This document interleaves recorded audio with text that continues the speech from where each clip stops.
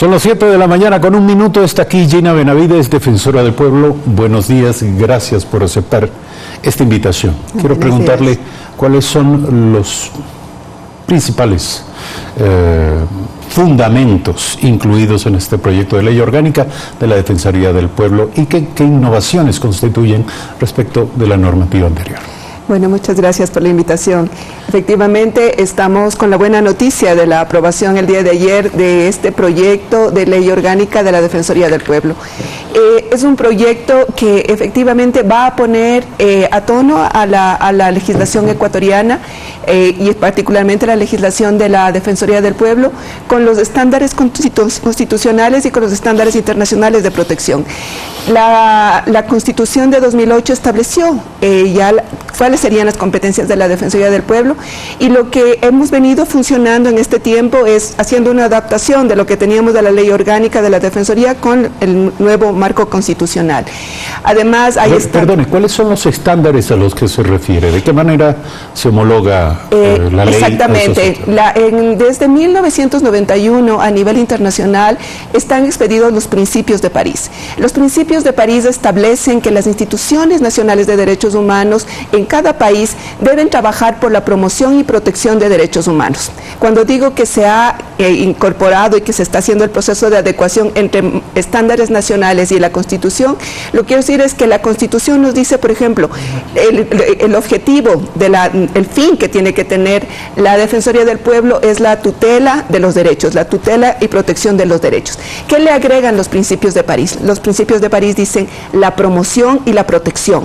Nosotros en la Constitución trabajamos más desde la protección y los principios de París dicen la promoción también es importante, y esto es fundamental en materia de derechos humanos. ¿Qué significa promoción? Cuando nosotros hablamos de promoción, estamos entrando en el campo de la sensibilización, la capacitación, la difusión de los derechos. La educación. La educación es fundamental. Una persona que no conoce sus derechos no los puede ejercer. Entonces, esto es el trabajo que toda institución nacional de derechos humanos tiene. Y además, algo que es importante en la promoción, cuando uno promueve los derechos, cuando uno capacita sobre los derechos, cuando uno sensibiliza, lo que está haciendo es prevenir las violaciones de derechos humanos. No se trata tanto solo de intervenir cuando la violación ya se cometió, sino evitar que las violaciones de derechos humanos se produzcan. ¿Y qué incidencia tienen en virtud de este nuevo marco legal las organizaciones de defensa de los derechos humanos? Hablo de las ONGs dedicadas a estas temáticas.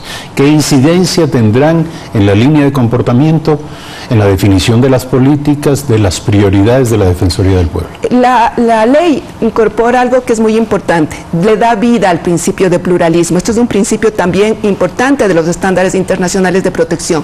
¿Qué significa la pluralidad? Significa que la Defensoría del Pueblo tiene que recoger las distintas voces que hay en la sociedad y sobre todo crear este canal de relación con la sociedad civil. Una institución nacional de derechos humanos que esté alejada de la sociedad civil es una institución que no está entendiendo cuál es la realidad que se está viviendo realmente en materia de derechos humanos. Por eso la propuesta que tiene el proyecto de ley que ha sido aprobado es crear los consejos de defensoras y defensores de derechos humanos a nivel provincial y a nivel nacional. ¿Quiénes son los defensores o defensoras? ¿Quién los califica? Los consejos están conformados por personas de conocida trayectoria y que han trabajado en materia de derechos humanos en el país.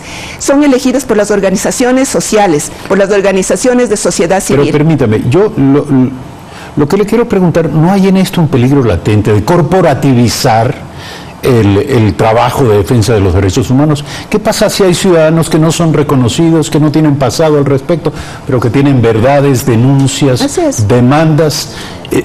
¿Qué pasa? ¿No serán escuchados si no vienen por intermedio de estas organizaciones? Primero, no son organizaciones, no creo que sea corporizado. Lo que se ha hecho es una convocatoria, ya lo hicimos, estamos implementando ya los consejos vía resolución antes de tener la ley. Ahora con la ley lo que se busca es que efectivamente que tenga este reconocimiento ya más legal y que le dé continuidad. ¿Qué es lo que se ha hecho? Se ha hecho convocatorias públicas para que las organizaciones sociales de diferente índole, trabajadores, organizaciones indígenas, de mujeres, organizaciones de población LGBTI, de niñez y adolescencia, establezcan y digan cuáles consideran que son en su provincia en su provincia personas que han trabajado por la protección y promoción de derechos humanos. Yo creo que este es un campo importante porque hay muchas personas que efectivamente están trabajando y nosotros tenemos mucho la perspectiva a nivel nacional. Sin duda, no lo discuto. Lo que le quiero consultar es qué ocurre con aquellos ciudadanos que no se pertenecen a ninguna organización y que sin embargo tienen un tema pendiente que debería ser atendido por la Defensoría. Es que hay que distinguir. Un espacio es un espacio que está destinado para la participación y para acompañar a la Defensoría en un proceso de observancia incluso de sus propias funciones. Y además asesorar y decir estos son los graves problemas de derechos humanos. Lo otro, cualquier ciudadano está en toda la facultad de acudir a la Defensoría del Pueblo y plantear que su caso tiene que ser conocido y nosotros activar las competencias que tenemos para dar respuesta a las necesidades que tienen las personas. Esto es competencias de activar garantías jurisdiccionales, hacer vigilancia al debido proceso, establecer procesos de gestión oficiosa con algunas instituciones cuando se trata de servicios públicos. Para concluir el tema, simplemente, ¿estos consejos serán consejos que de alguna manera dicten la política que luego llevará adelante la Defensoría? Van a asesorar y van a determinar efectivamente con sus opiniones lo que debería la Defensoría del Pueblo tener como prioridad.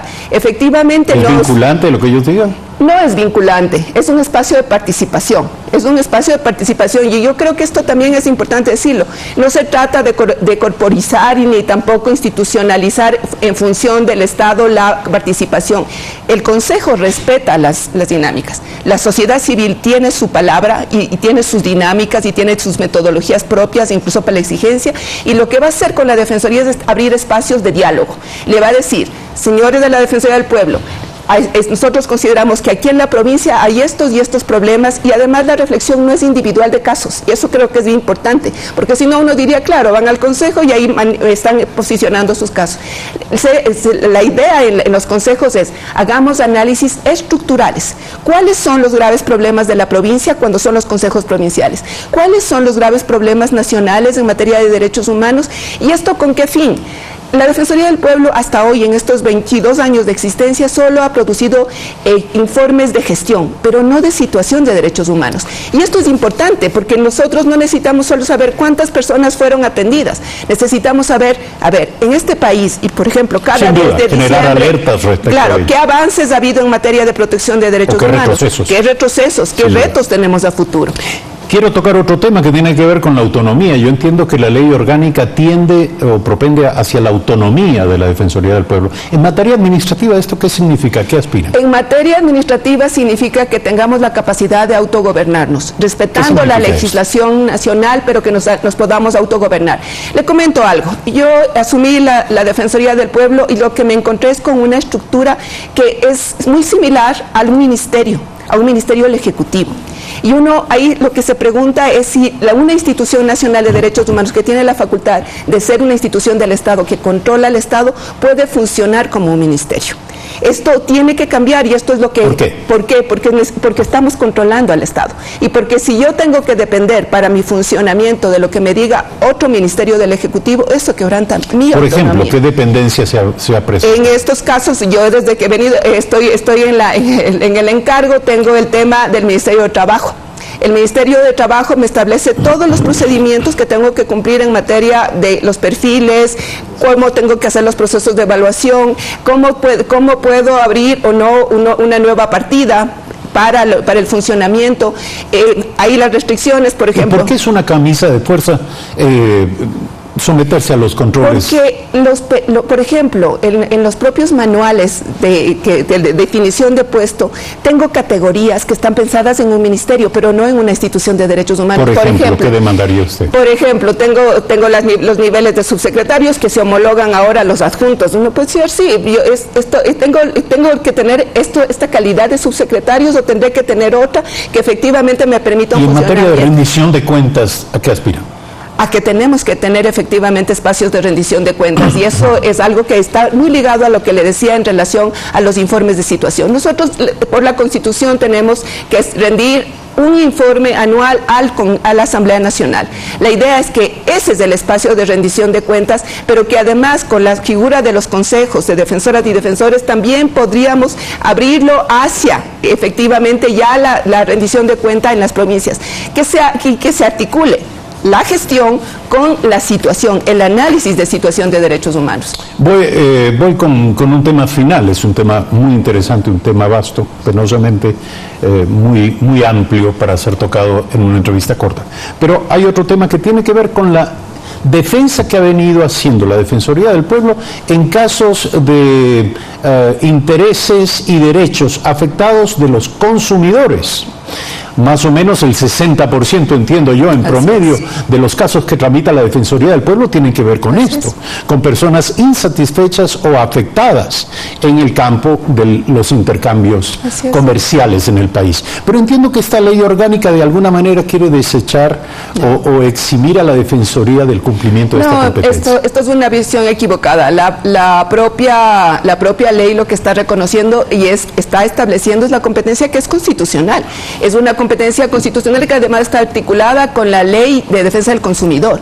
Lo que estamos tratando de establecer es que nosotros como Defensoría, bajo la propia definición de la Ley de Defensa del Consumidor, tenemos la atribución de hacer mediación. Llegamos hasta un punto de mediación. Y en algunos casos nos va muy bien en el proceso porque hacemos gestión oficiosa. Cuando falla la mediación, ¿qué continúa? Cuando falla la mediación tenemos lastimosamente que decirle a la persona, mire, tiene que ir a ver un abogado para que siga el proceso. Acuda al sistema de justicia. Acuda a la defensa pública, acuda a un abogado particular, y esto nos parece que también es importante develarlo, porque realmente nosotros tampoco podríamos asumir, la discusión fue ahí, nosotros vamos a asumir la defensa y el patrocinio jurídico, y una concepción que es importante en materia de la Defensoría del Pueblo es que no podemos hacer eso, porque para eso hay otra instancia en específico que es la defensa pública. Gracias, lastimosamente se nos Bueno, solamente decir que estamos en esta primera etapa que ha sido valiosa, de que efectivamente la Asamblea Nacional ha tenido la voluntad de aprobar este proyecto de ley. Viene la segunda fase, que es la fase del presidente, y creemos que es un momento histórico para este proceso de reinstitucionalización del país, para que efectivamente se pueda contar con un mejor marco jurídico, para que la Defensoría del Pueblo cumpla con sus funciones, y también para que podamos a futuro fortalecer a esta institución y que la ciudadanía pueda comprender de mejor manera cuáles son las funciones que tiene y el peso que tiene a nivel nacional y a nivel internacional el contar con una institución nacional de derechos humanos sólida y eficiente. Gina Benavides, Defensora del Pueblo, gracias por estar esta mañana aquí. Espéreme un instante y nos vamos al corte. Vamos a hacer una pausa, regresamos con Yanín Cruz, asambleísta por la provincia de Loja. ¿Cómo va a tramitar la Asamblea Nacional la renuncia de la vicepresidenta y la responsabilidad de la designación de un nuevo vicepresidente o vicepresidenta de la República?